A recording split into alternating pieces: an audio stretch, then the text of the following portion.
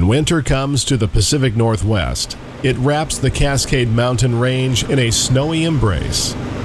On the railroad, there is no hibernation when the days get short and the nights grow cold.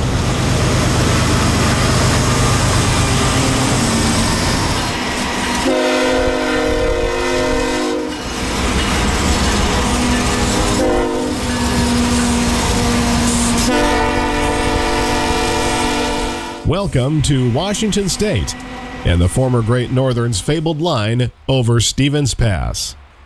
The first 2 months of 2020 saw a barrage of winter storms relentlessly pounding BNSF's Scenic Subdivision. This provided the perfect setting for capturing trains in punishing winter conditions.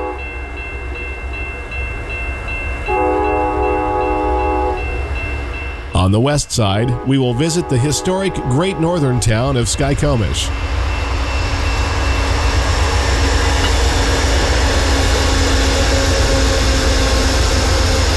Climb through the forested hillsides around the Foss River Trestle.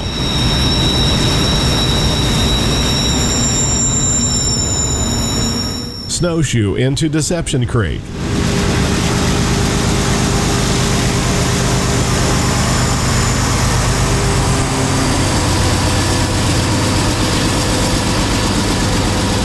As well as Scenic and the west bore of the 7.8-mile-long Cascade Tunnel.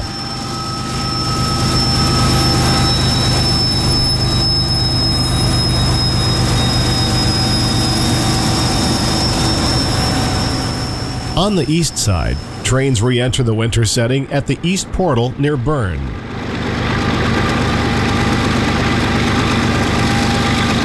And drop down a stiff 2.2% descending grade to Merritt. Near Winton, the Scenic Subdivision flies over the Wenatchee River.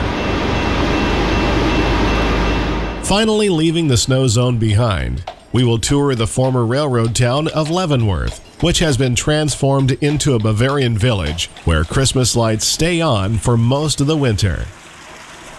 Bundle up and get ready for a chilling railroad adventure as 7 Idea Productions presents Winter on Stevens Pass.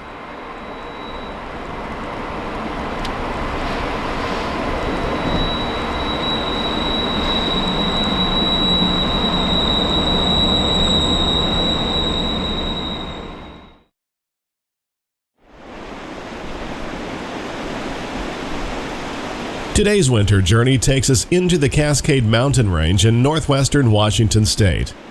The main line we will be covering is a section of BNSF's Scenic Subdivision between Gold Bar and Leavenworth. Part of the railroad's Northwest Division, the Stevens Pass route handles northern Transcon intermodal traffic between Chicago and the West Coast, as well as eastbound empty coal and oil trains from terminals such as Roberts Bank, BC, and Cherry Point in Washington. A regional manifest between Spokane and Everett makes a regular appearance, as well as Amtrak trains 7 and 8, the Seattle sections of the Empire Builder. The western approach to Stevens Pass is gradual at first, following the easy course of the Skykomish River into the foothills of the Cascades. These lower elevations see a great deal of precipitation, mostly in the form of rain. Skykomish is often considered the start of the snow zone, but during our 2 visits in January and February of 2020, the snow level often dropped well below that, giving us the opportunity to bring you winter scenes as far west as Gold Bar. Our starting point will be Index, a horseshoe curve over the North Fork of the Skykomish River. The grade is around 1% as trains continue through Bering, lessening to around 0.5% through Miller River and into Skykomish. A former helper base at the bottom of the heavy grade over Stevens Pass, we will spend some extra time at this remote community that can often find itself isolated and without power during the winter months due to road closures from excess snow, slides, and downed trees. East of Skykomish, the grade increases to 2.2% as the railroad angles through the Foss River Canyon, charting a course above the Ty River through Scenic. The grade lessens for eastbounds to 1.77% as trains enter the 7.8-mile-long Cascade Tunnel. Passing under Cowboy Mountain and Big Chief Mountain, it was the longest railway tunnel in North America until the Mount Macdonald Tunnel was completed in 1988 in British Columbia, Canada on Rogers Pass. That tunnel is 9.1 miles long. Trains crest the summit of Stevens Pass inside the Cascade Tunnel at an elevation of 2,881 feet before exiting the East Portal near Berne. From there, eastbounds experience a 2.2% descent for around 6 miles to Merritt, following Nason Creek.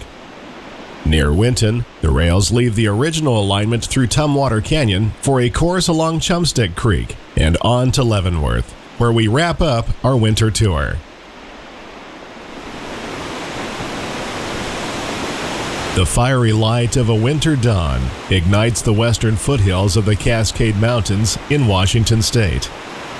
Extending from British Columbia south through Washington, Oregon, and into Northern California, the Cascades are but a small fragment of a volcanic arc that forms the western backbone of North, Central, and South America. Moisture off the Pacific Ocean is deposited in large quantities, with western Washington receiving an average of 66 inches of rain each year. In the Cascade Mountains, that amounts to 200 inches of snow annually.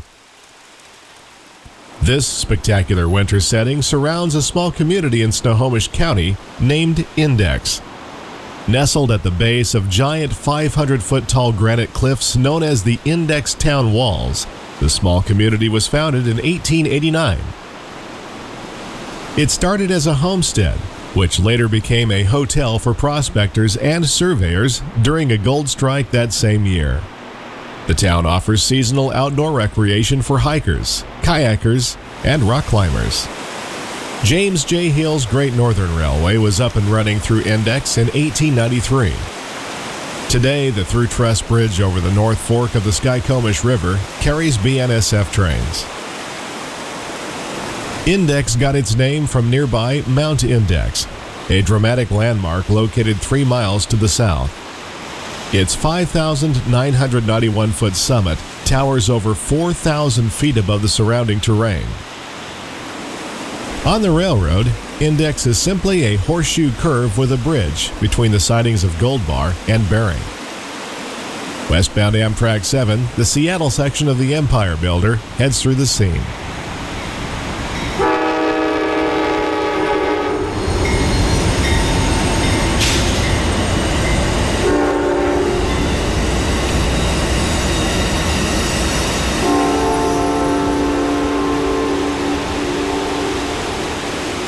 The cool winter sunlight is long in reaching the water's edge on the canyon floor, keeping the railroad in the shadows for a good part of the day.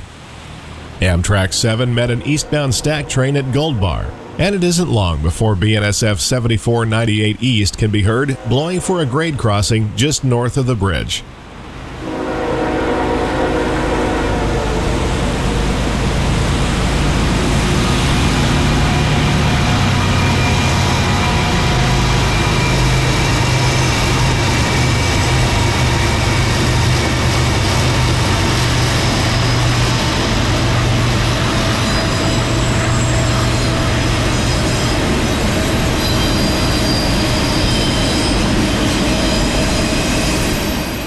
Stack trains like this often operate in distributed power, in a 2x2 configuration.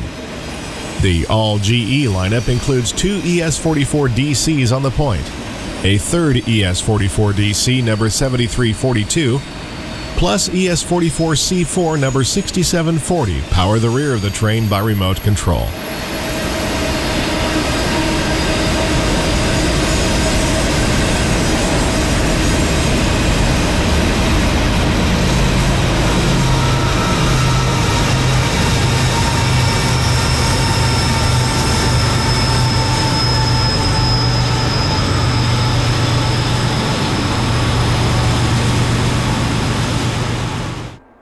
The winter of 2020 brought heavy rain and snow to the Washington Cascades, and with it, an increased threat of flooding, downed trees, slides, and washouts.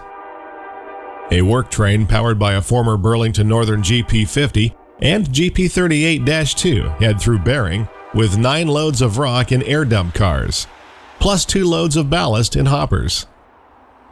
A former BN caboose brings up the rear of this work train, although now officially designated as a shoving platform.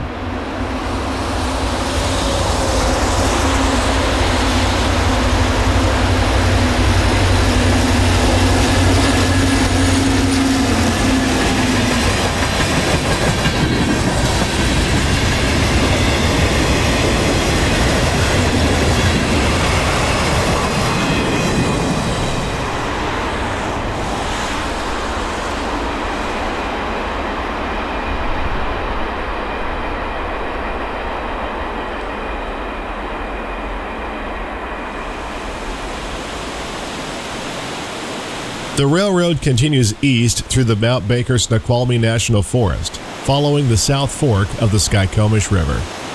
U.S. Highway 2 roughly follows the same course through the dense forest on the west side of Stevens Pass. The thick forest can make photographing trains on the Scenic Subdivision a challenge. Wide sweeping vistas are replaced with naturally framed scenes, like this one at Money Creek Campground just west of Skykomish. A westbound Spokane to Everett manifest crosses the South Fork of the Skykomish River on a cool winter's morning.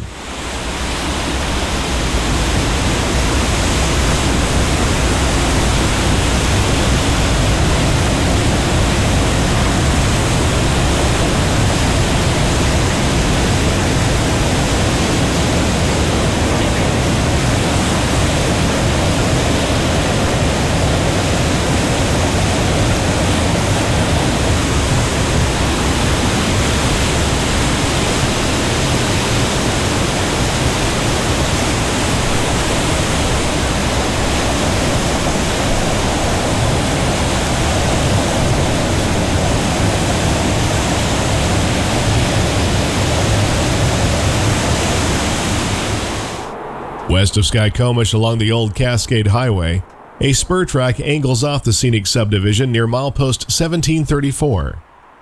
Although it does not appear on current timetables, this is Miller River. The spur terminates a little beyond the grade crossing, as does the old Cascade Highway, which is closed at the bridge.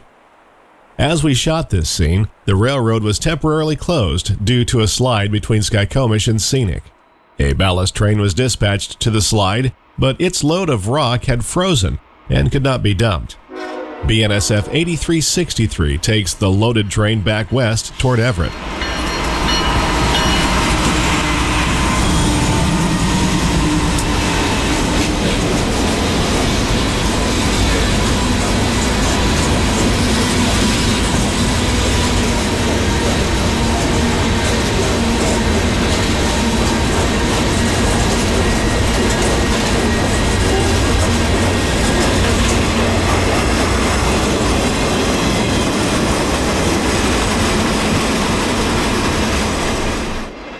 The former BN caboose number 12529 was used to protect the rear of the train as it backed up the hill toward the slide. It disappears on the curved bridge over the Miller River.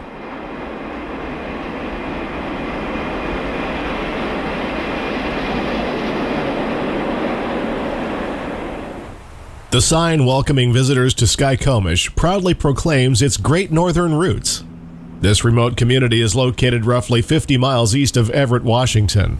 It was identified by railroad surveyors as the first flat spot west of Stevens Pass, and for a while carried that name. The rails came in 1892, along with another name, Maloney's Siding. The following year, a post office was established, and the flat spot on the west side of the mountains was incorporated as Skykomish. Once a busy helper base on the GN and later the BN, it continues into the 21st century as a base for maintenance of way. A Y-track exists near the east end of the small town, and the 8,949-foot siding is commonly used by dispatchers for holding eastbound trains until they have a clear shot to the summit of Stevens Pass. This morning, an eastbound coal train is waiting for two westbounds, this approaching Manifest and Amtrak 7.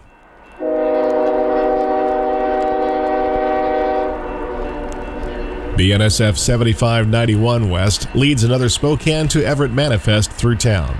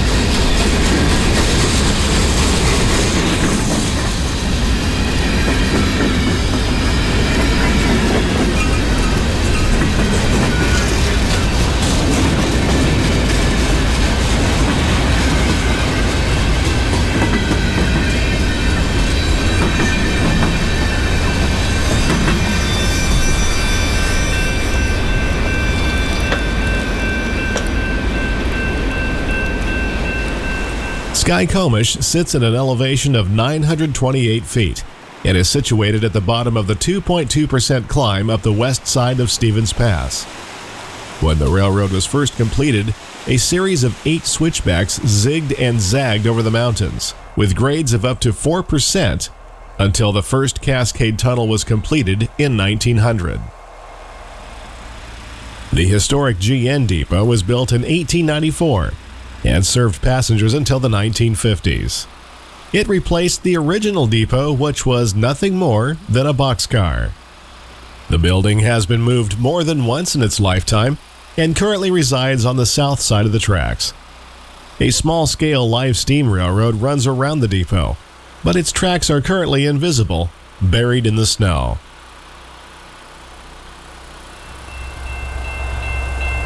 A late-running Amtrak 7 glides through the wintry scene after safely crossing Stevens Pass. Tomorrow's train won't be so lucky.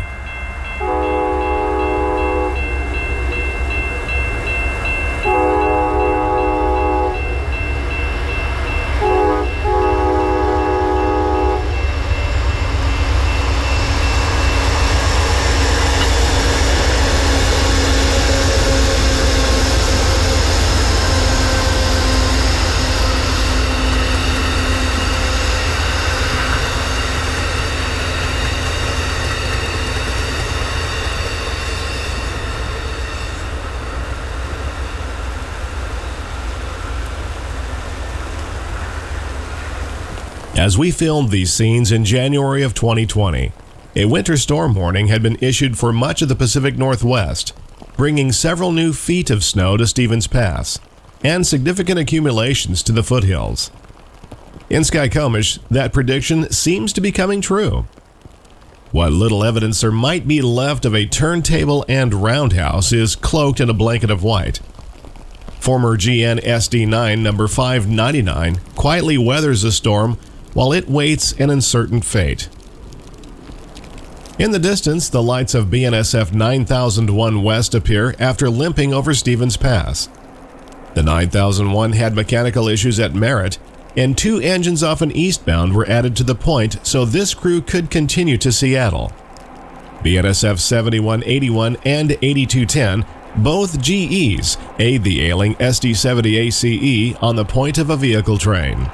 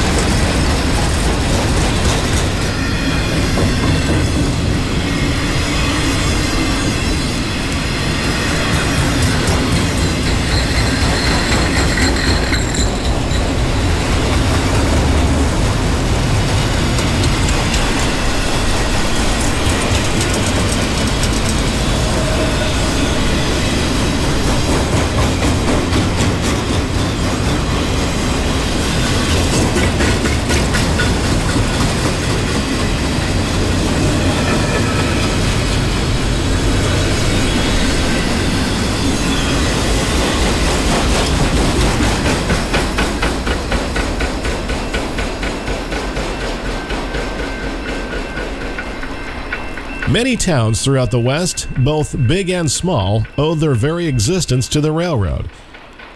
Although many have forgotten that heritage, Skykomish has held on to its identity. A Great Northern-themed herald is proudly displayed on the city's utility truck, which has been pressed into snow service. It plows East Railroad Street past buildings that are a throwback to the town's heyday in the early part of the 20th century. The nearly 100-year-old Cascadia Hotel has welcomed guests, rain or shine, since 1922. A snowplow of a different kind sits at the ready on a house track near the west switch of Skykomish.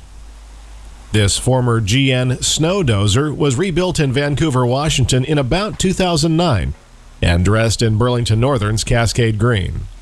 As the snow continues to accumulate on the mountain, it should be just a matter of time before the dozer gets the call.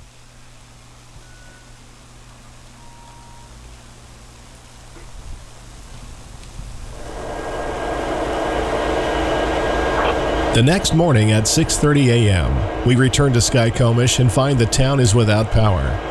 Numerous downed trees from wet heavy snow have taken their toll on both the town and the railroad.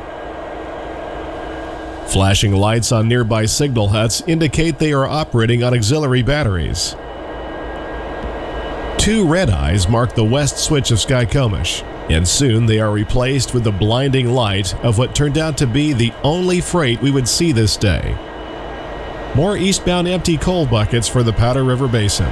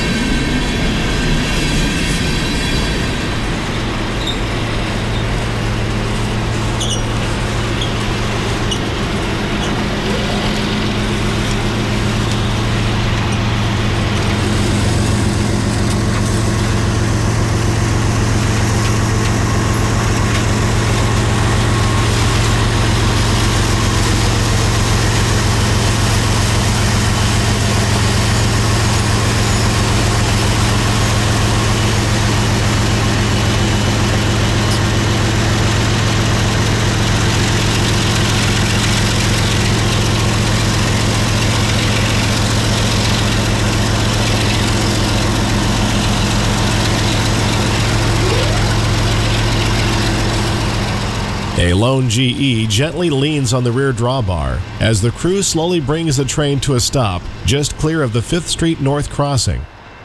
The plan is to meet Amtrak 7, which is running late out of Leavenworth. A plan that will soon be changing, as Amtrak finds itself stranded at Scenic while another winter storm bears down on Stevens Pass. For the next 8.5 hours, nothing else moves through Skykomish. By 2 p.m., the winter storm has intensified with gale-force winds and blowing snow. Amtrak is stuck at the west switch of Scenic. Downed trees have traffic stopped on Highway 2. A relief engineer was high-railed up to the stranded train earlier in the day, and now the locomotives from the snow dozer have been called to bring a relief conductor as well. This crew was instructed to take chainsaws along and would end up cutting their way through the downed trees to reach the stranded Amtrak 7 and again cut their way back.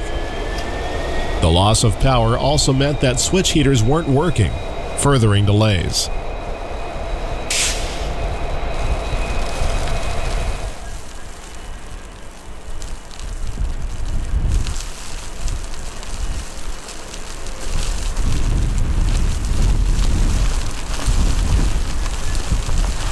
BNSF used an army of gas generators to power signal bungalows between Berne and Scenic.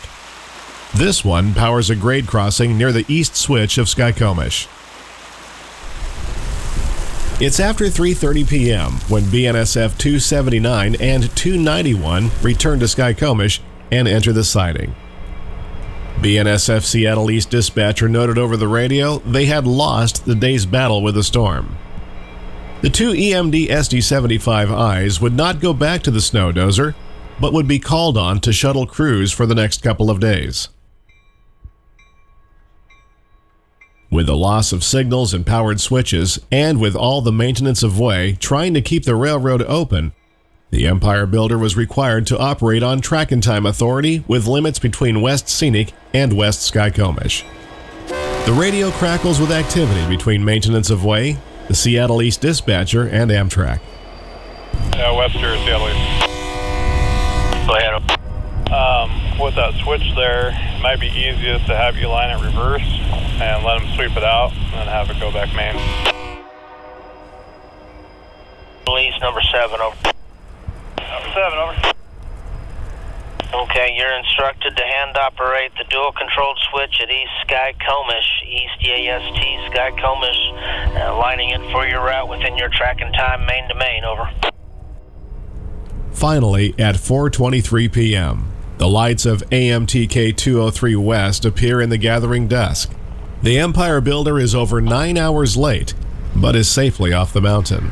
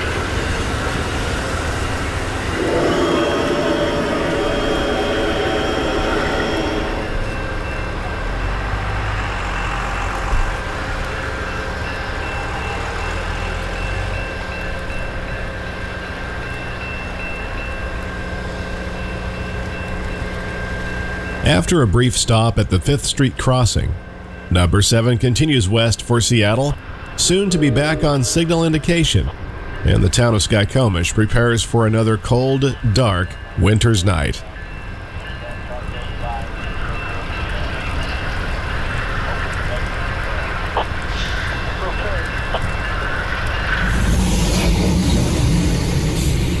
Traveling on Highway 2 was slow and dangerous, with numerous downed trees and power lines. This big maple branch punched out the back window of the vehicle in front of the camera crew. Fortunately, no one was hurt in the incident, but it was a long drive back to the motel in Monroe, which, unlike Skykomish, still had electricity. When traveling at night through the Mount Baker-Snoqualmie National Forest, you might keep your eyes open for Bigfoot. It's rumored he haunts a coffee shop on Highway 2 near Index. The coffee is good, hot, and welcome, especially on a night like tonight. Behind the marquee sign are lights of a car that has just gone in the ditch, an all too common occurrence on this night. By daybreak the following morning, both Highway 2 and the railroad were closed over Stevens Pass. A roadblock was set up at milepost 32, just east of the community of Gold Bar. Only emergency personnel, railroad workers, and some locals were allowed beyond this point, due to numerous downed trees and power lines. A danger that would continue even after the snow stopped falling. With more snow in the forecast, both the state of Washington and BNSF were not taking any chances. Both Amtrak's east and westbound Empire Builder were canceled, and other trains rerouted over nearby Stampede Pass and the Columbia River Gorge. We are at Gold Bar, elevation 200 feet. Another eastbound coal empty is tied down in the siding, like several other trains on the Scenic Subdivision. The only traffic moving for the next couple of days will be the crew shuttles out of Everett, like the approaching BNSF 9019. This 3-unit set of VMDs is bound for Skykomish as it passes milepost 1756.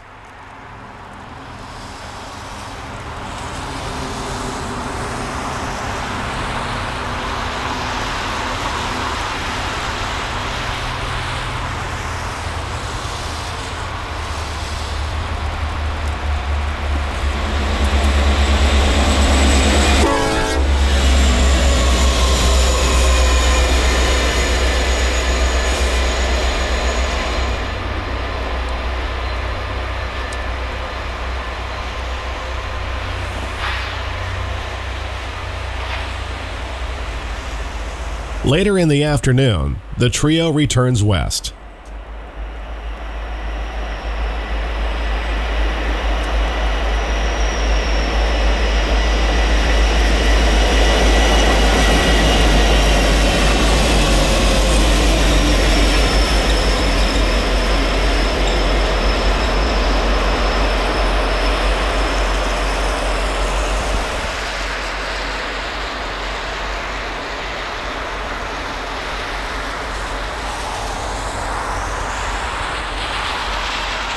Moving closer to the east switch of Gold Bar, the pair of SD-75Is we saw yesterday head past the crossing of Dorman Road, milepost 1754.9.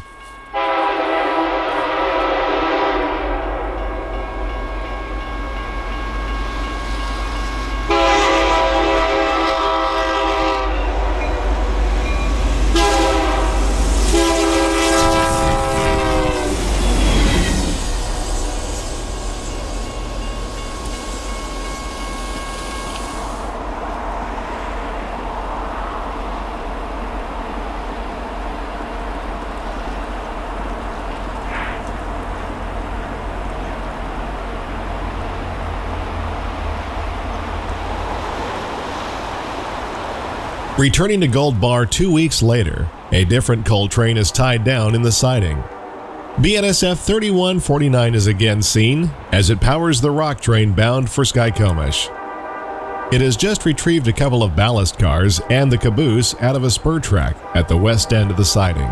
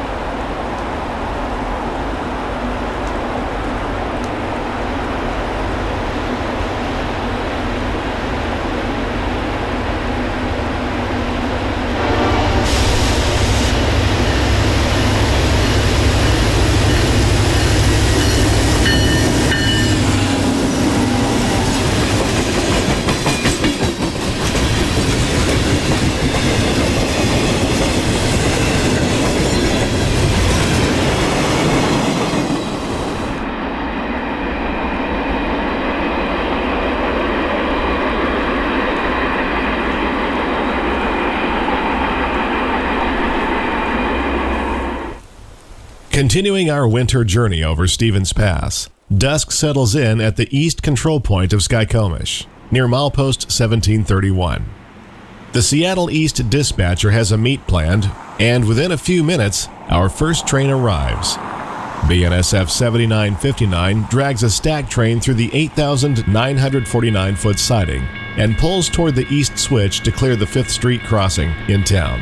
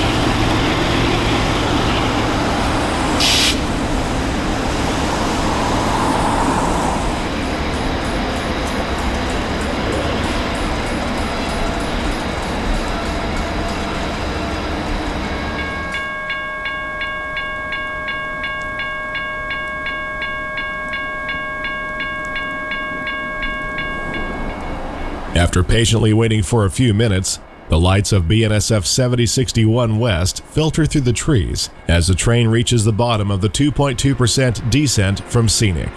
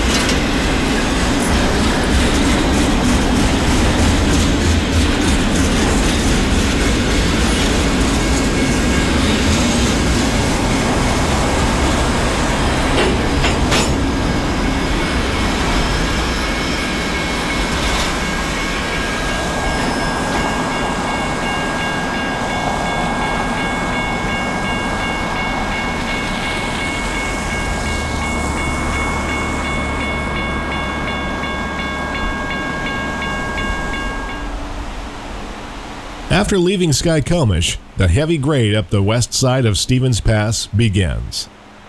The railroad turns to the southeast near the headwaters of the South Fork of the Skykomish River, choosing instead to follow the Foss River into a small canyon. Looking nearly due south, the formations of Bald Eagle Peak on the left and Silver Eagle Peak on the right loom in the distance, while the Foss River is just a little trickle beneath the trees. This is steep and rugged country. The railroad crosses the canyon on the curved Foss River Bridge. Originally made of wood when it was first constructed in 1892, it was replaced by this current steel structure in 1909. It has always been a popular location for photographing trains over Stevens Pass, although over the past several years it has become quite overgrown. BNSF 8454 leads a high-priority Z train over Foss River as it climbs towards Scenic.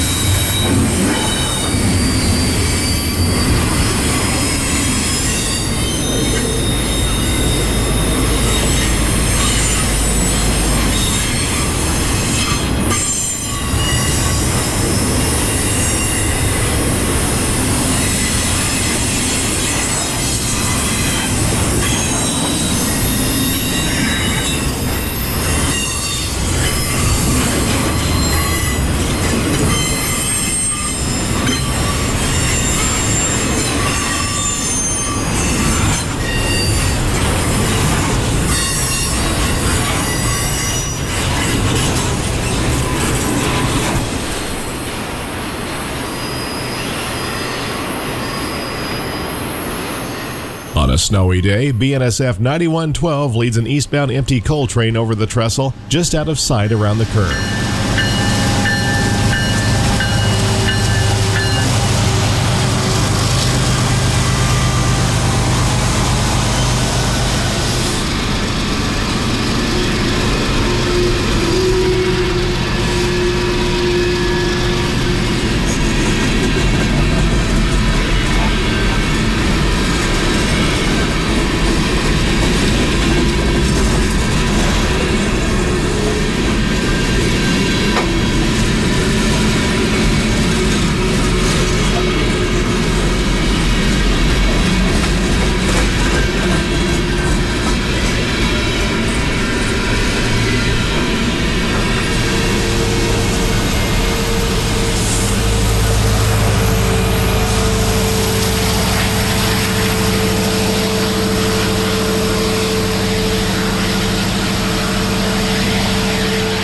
The rear DPU, BNSF 9324, shoves the empty coal buckets around the curve at milepost 1728.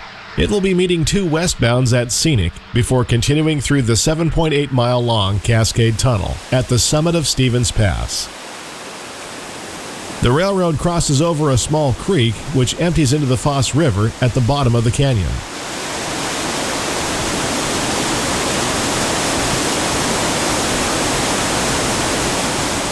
Within the hour, our first westbound appears. BNSF 3887 is in dynamics, holding back the tonnage of a long stack train with international and domestic containers out of Chicago.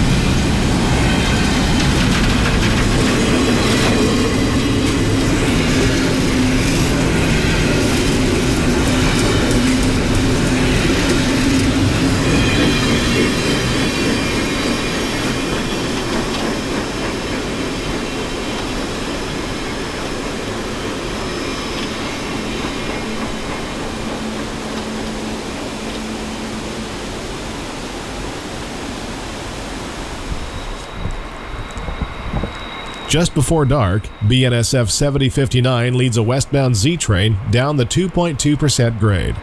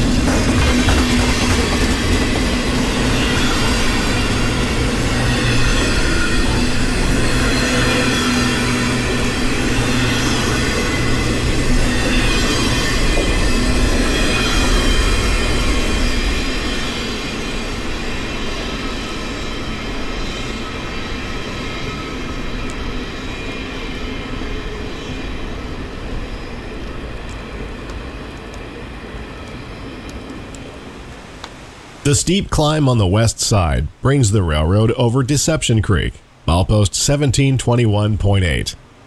BNSF 7059 leads an intermodal train through the enchanting winter scene.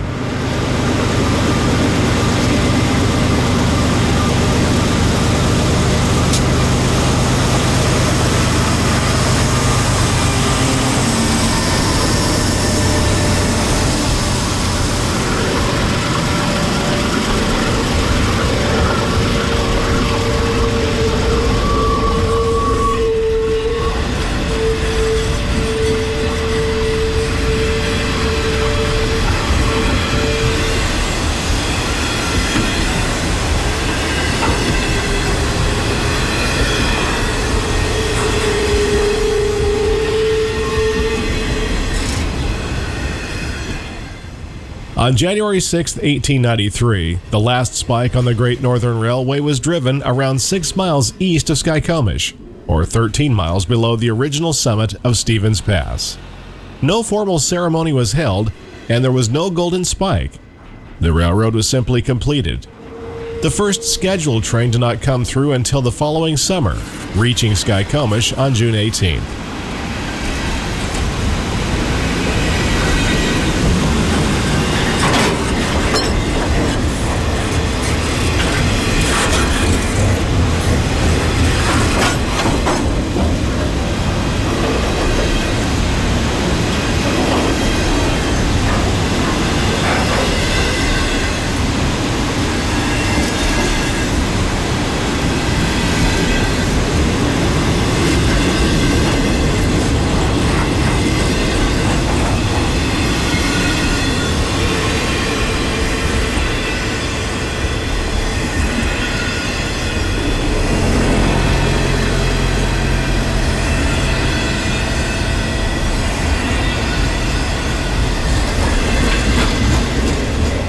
A pair of remote-controlled engines have been added to the rear of this train, GEVO number 5537 and Dash 9 number 5133, showing signs of a recent engine fire.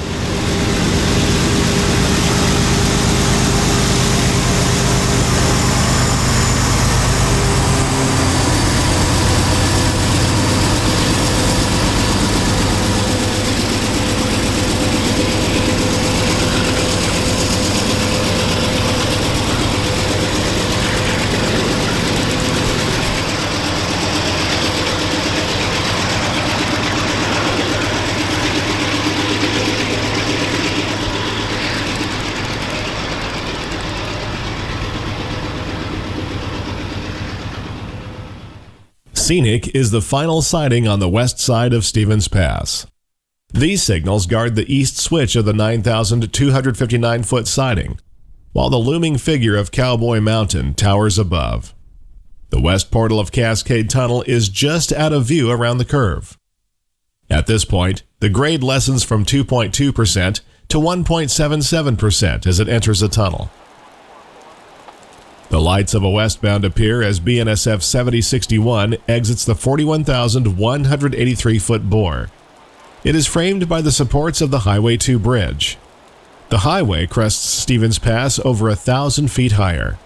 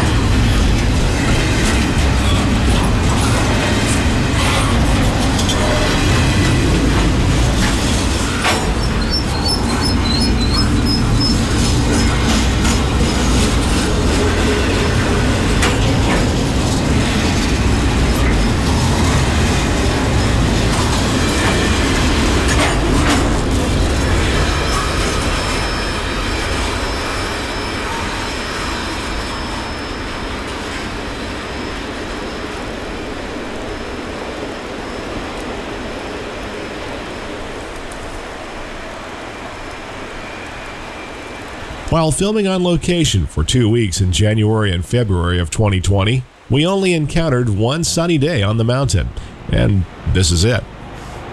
Sunday, February 2nd, which happens to be Groundhog Day. While Punxsutawney Phil predicted an early spring this year by not seeing his shadow, we found plenty of shadows here at Scenic as BNSF 7498 heads for the summit of Stevens Pass.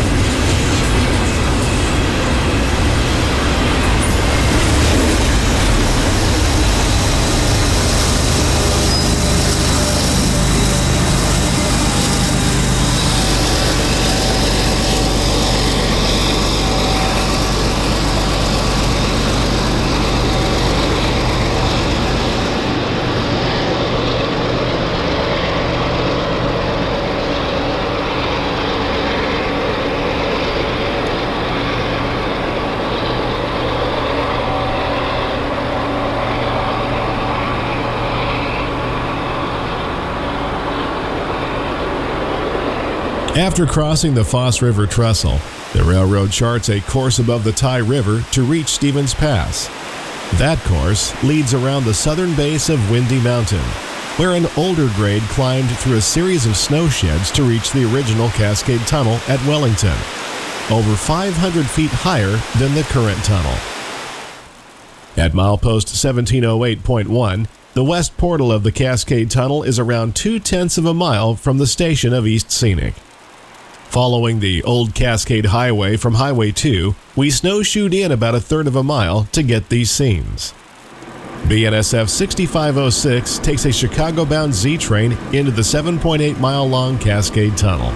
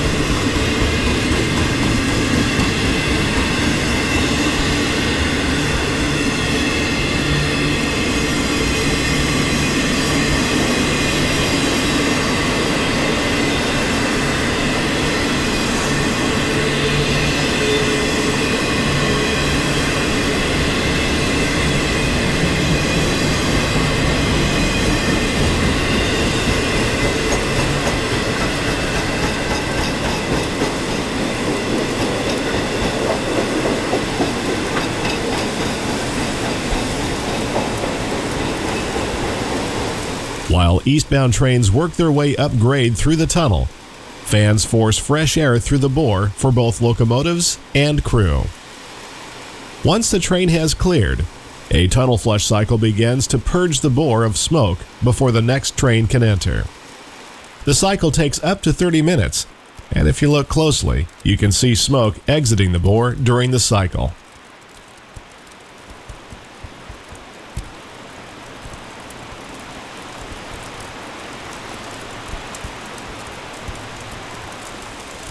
While waiting for the tunnel flush to complete, an eastbound empty coal train slowly comes to a stop near the east switch of Scenic.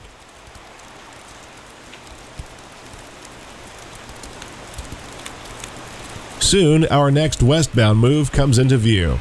A Kershaw ballast regulator fitted with a nose plow.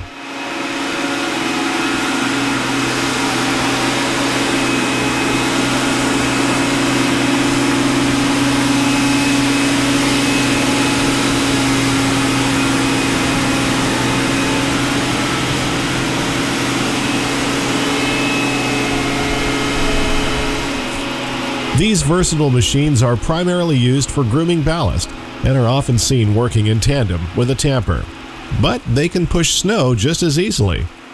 This machine is working west from Merritt and will head to Skykomish after meeting another, bigger snowplow here at Scenic.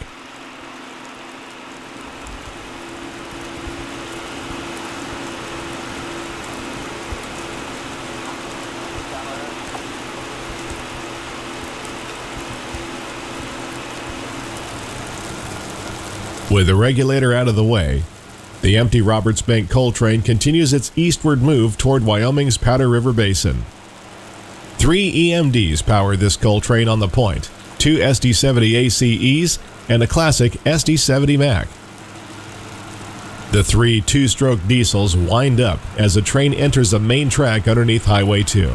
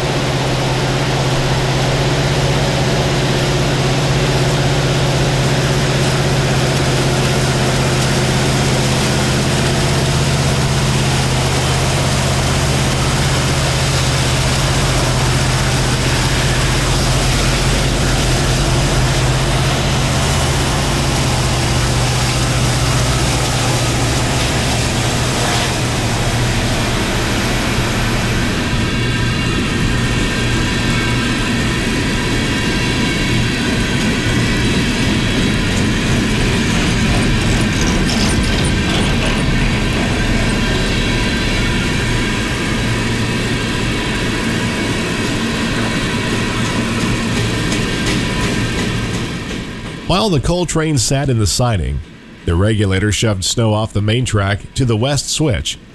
As it picked up speed, the train was blasted with heavy wet snow, as evidenced by the big white mark on the side of the hoppers.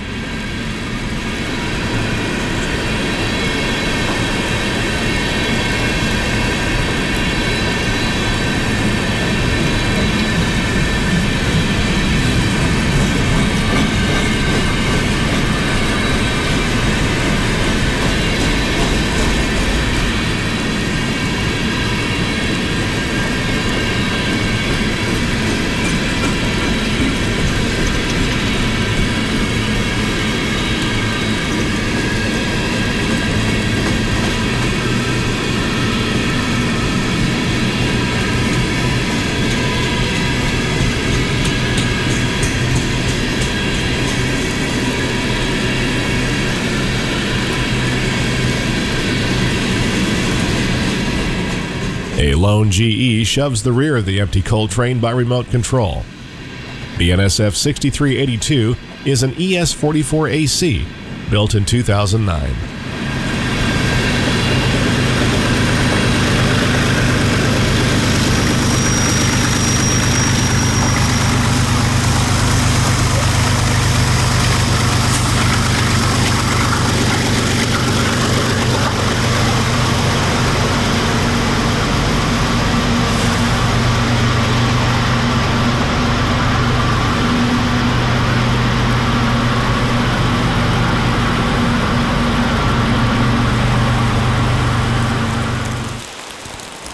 With the coal train clear of the siding, the BN snow dozer we saw in Skykomish approaches, clearing the rest of the snow not plowed by the regulator.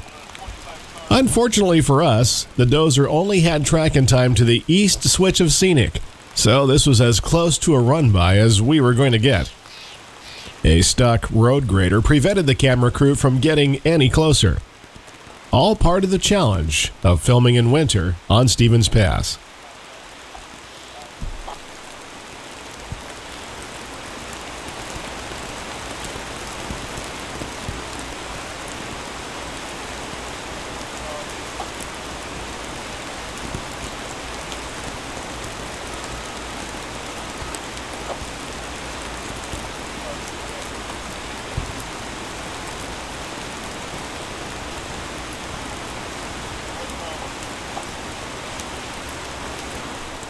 Railroading in Stevens Pass has always been challenging. Before the new Cascade Tunnel was completed in 1929, the GN clung to the lower reaches of Windy Mountain. A series of snow sheds can still be seen from alongside Highway 2 below the summit. These sheds were necessary to protect the rail line which cuts through several avalanche chutes. On March 1, 1910, 2 stranded trains were swept by an avalanche down the canyon into the Tye River. This image was taken the morning after it happened at what used to be the town of Wellington. The midnight avalanche took the lives of 96 people. After the disaster, the town's name was changed to Tye and abandoned altogether when the new Cascade Tunnel was built. Today it is part of the Iron Goat Trail, and its remains can be visited during the summer months.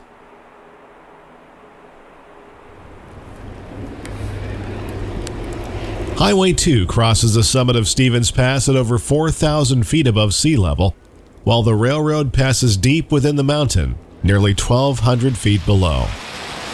The new Cascade Tunnel shaved 8.7 miles off the older route and greatly reduced the danger of avalanches common to the pass.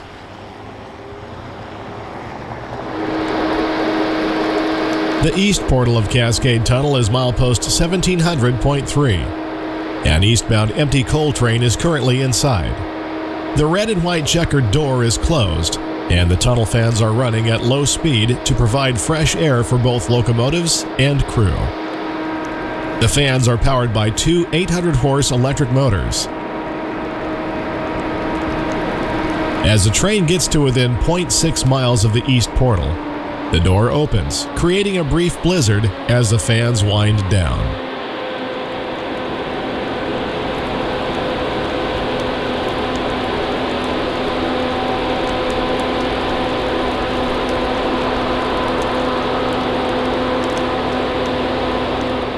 Within a few minutes, BNSF 6316 exits Cascade Tunnel with an eastbound empty coal train.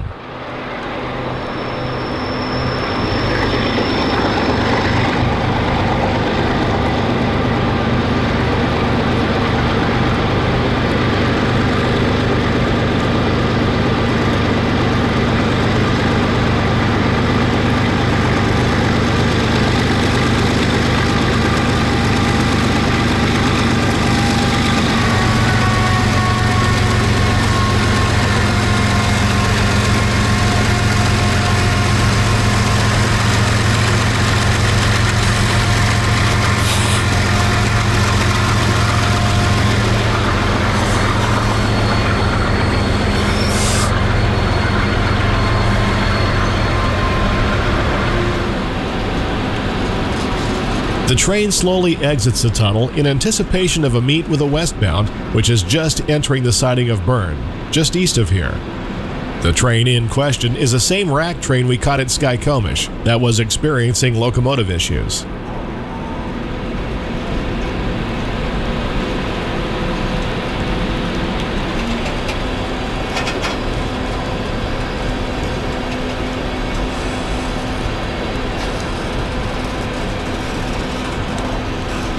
The 6316 soon gets a green, and the empty coal hoppers pick up speed down the east side of Stevens Pass.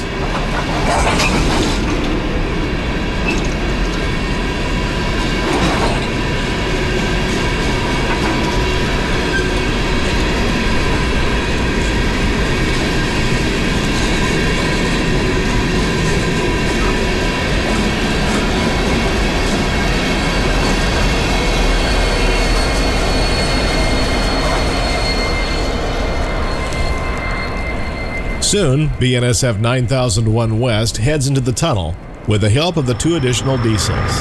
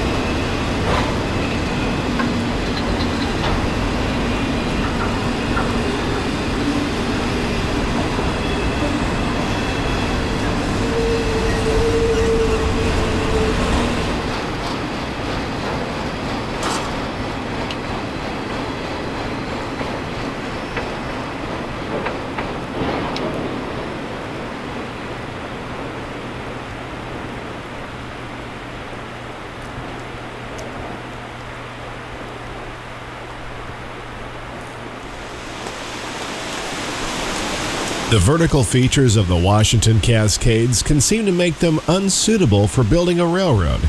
Yet here we are, near milepost 1694, where the Scenic Subdivision crosses Nason Creek. The small river is running full, with snowmelt from a barrage of storms that have been hitting the Pacific Northwest since the winter began. The rushing water nearly drowns out the sound of an eastbound Z as it heads down the 2.2% descending grade between Berne and Merritt.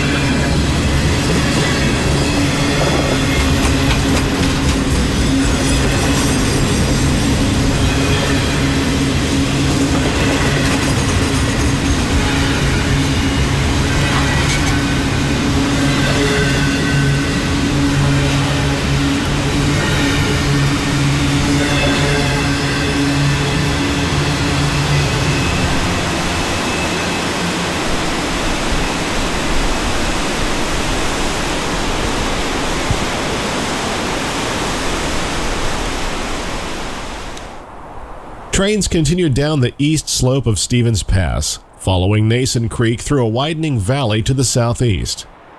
At milepost 1692.4, we find the former GN station of Merritt. This was once the site of a small town, centered around the Merritt Hotel and General Store, which, like the town, has faded into the past. It was a popular place to hunt and fish. A talc mine was located nearby, and a nearby wet bog was found to contain high-grade kerosene oil. Today, only a few houses remain, along with a Y-track for turning maintenance of way equipment, like the Kershaw plow we saw earlier. BNSF 5686 East passes the west switch of Merritt, having reached the bottom of the 2.2% grade from the east portal of the Cascade Tunnel. Faster running lies ahead.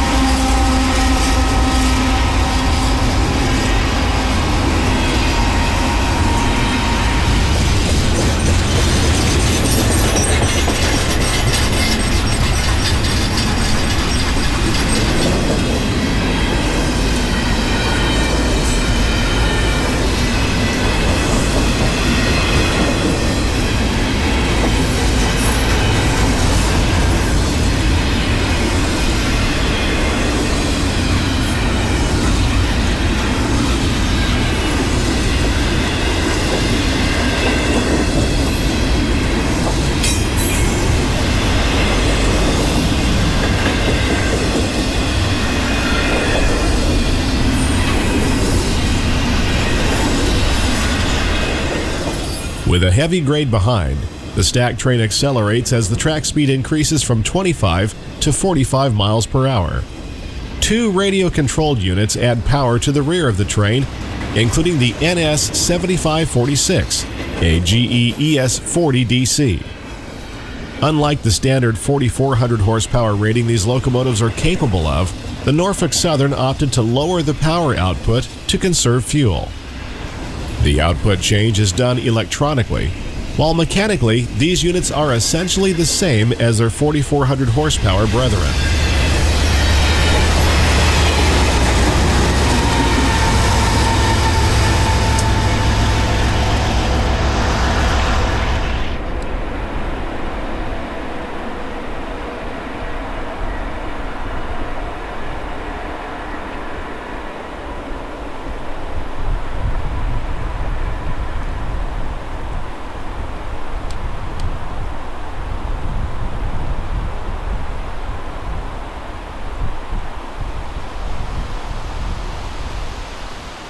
Another winter storm off the Pacific blankets the Cascades, increasing the avalanche danger in the higher reaches of Stevens Pass. Merritt is safely away from the danger, but not yet out of winter's grip.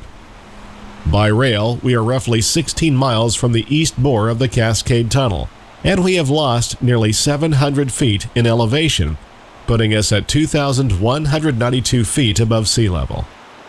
A high green shows from the signal bridge at the west end of Merritt for BNSF 7061 West.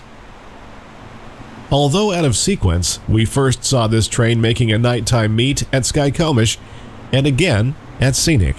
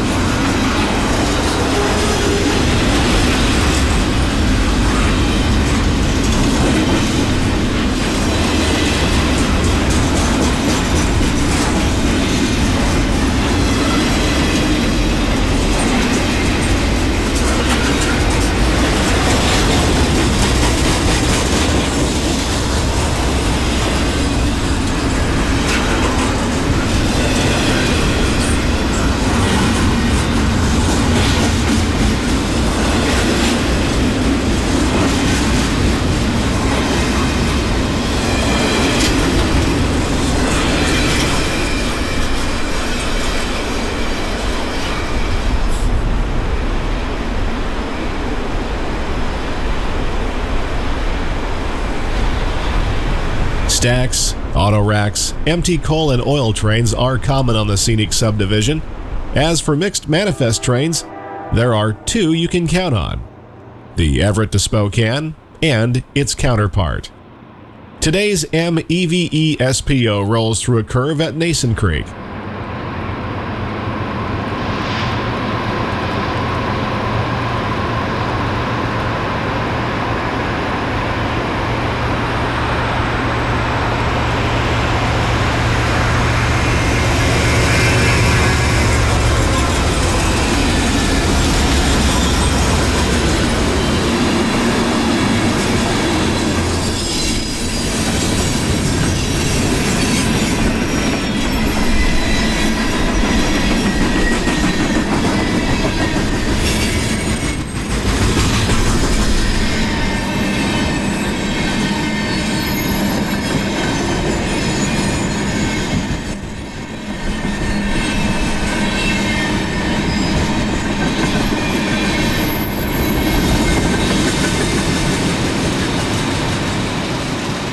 The train continues toward Winton and then on to Leavenworth, where it will meet its counterpart.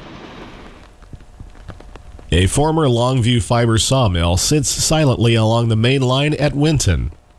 The mill closed in 2006, but during its heyday employed over 100 people and was served by the BNSF. The snow has turned to rain on this cool February morning, but the signals are hot at East Winton. All red means a westbound is lined through here. After the meet at Leavenworth, BNSF 7587 leads the daily MSPO EVE past the mill's grade crossing on the main.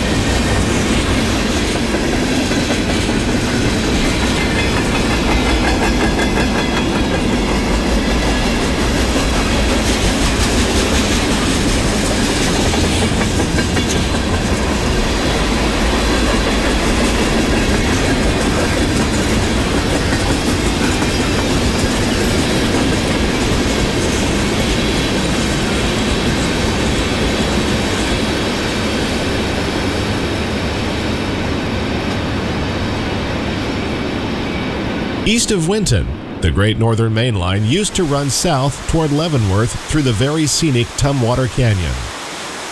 The swift rapids of the Wenatchee River provided the course through the mountains, as well as power for the electrified portion of the railroad through the original Cascade Tunnel. The project was completed in 1910, and the dam and nearby power plant served the railroad until a newer, improved system was built in 1927. With the opening of the new Cascade Tunnel, electric operation extended over the hill for nearly 73 route miles between Skykomish and Wenatchee. Around this time, the railroad was realigned east of Winton, bypassing Tumwater Canyon in favor of the Chumstick River to the east. The old roadbed through Tumwater Canyon now gives Highway 2 access to Leavenworth. The newer alignment crosses River Road and the Wenatchee River near milepost 1681. BNSF 6912 heads east toward Leavenworth.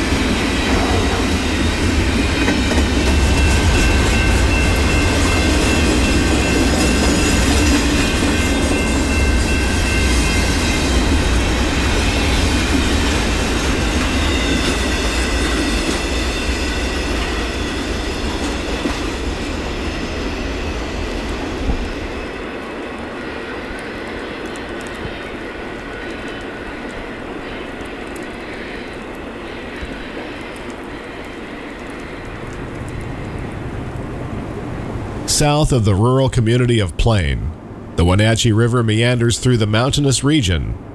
These eastern foothills of the Cascades are blanketed in the timber of the Wenatchee National Forest, which encompasses over 1,735,000 acres. A westbound Z9, the highest priority on the BNSF, is heard approaching. And with our 400-foot-tall flying tripod, we get a nice perspective as it crosses the Wenatchee River.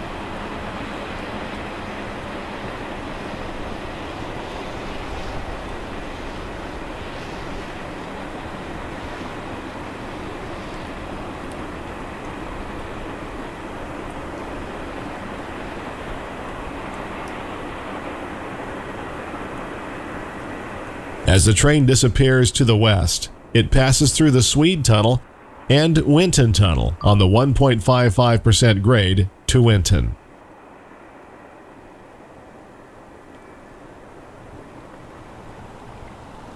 In 1892, the construction of the Great Northern Railway through Tumwater Canyon brought many settlers to a town site along the Wenatchee River known as Icicle Flats. It grew to become the regional headquarters for the GN and was officially incorporated on September 5, 1906, as Leavenworth. Later, the railroad relocated to Wenatchee in 1925, a major blow to the town. Leavenworth's Bavarian village theme came about in the 1960s as a way to boost tourism and save the town. 60 years later, it is safe to say the idea worked. More than 1 million people flock to Leavenworth each year, and the town holds festivals nearly every month. These local residents don't seem to mind, and although they are cautious, they soon are more than happy to show off their prime piece of real estate, with a nice view of the waterfront park on Blackbird Island.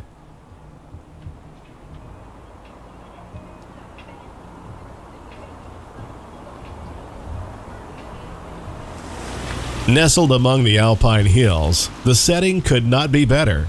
The former railroad and logging town has a charm one has to see in person to experience.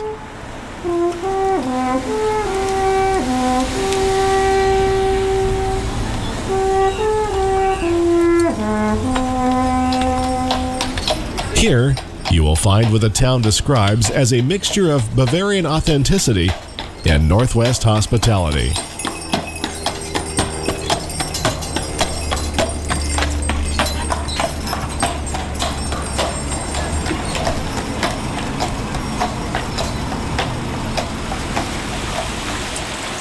In the winter, after the sun goes down, Leavenworth takes on a whole new appearance. Every year between Thanksgiving and Valentine's Day, the city keeps her Christmas lights on and bright. For travelers along Highway 2, it is impossible to miss the holiday dazzle on display at Front Street Park. And it's not just at the park, it's all around, everywhere you look.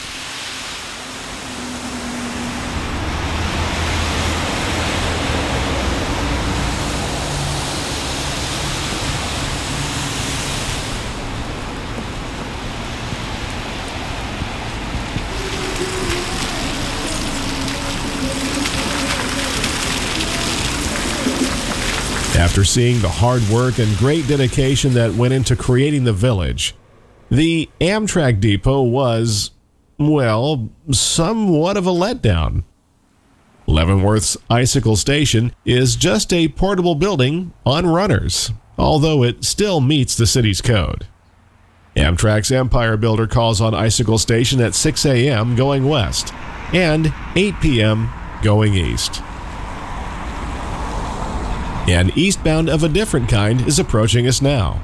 BNSF 5157 leads another MEVE SPO into the siding at Leavenworth to meet a stack train before continuing on to Wenatchee.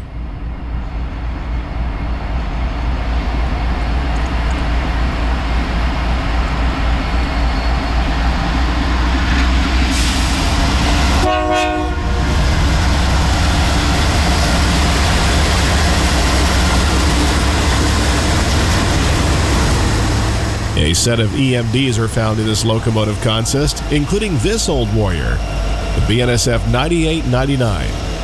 This SD70 Mac was built for the BNSF in 1998 and is one of 1,109 70 Macs built by EMD between 1993 and 2004, when they were replaced by the 70 ACE.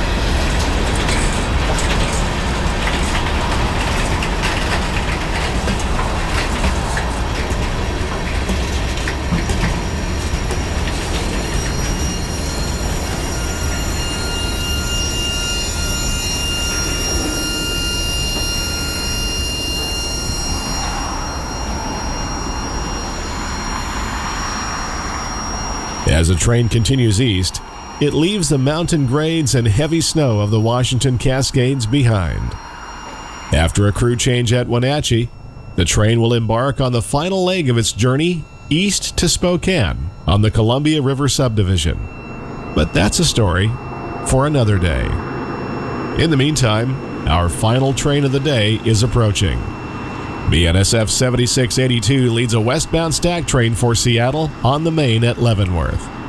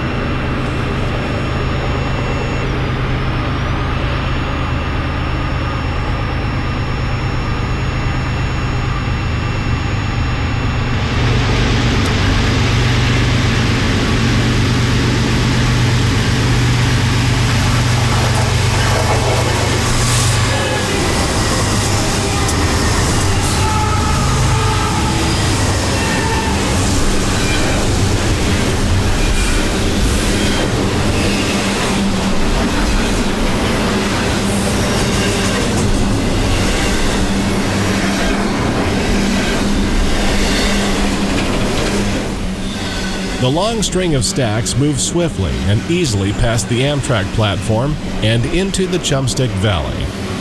The steel highway twisting, winding, and lifting it ever higher toward a crossing of the Cascade Mountains. A place of breathtaking beauty, seconded only by the challenge of working there. A challenge that goes by the name Winter on Stevens Pass.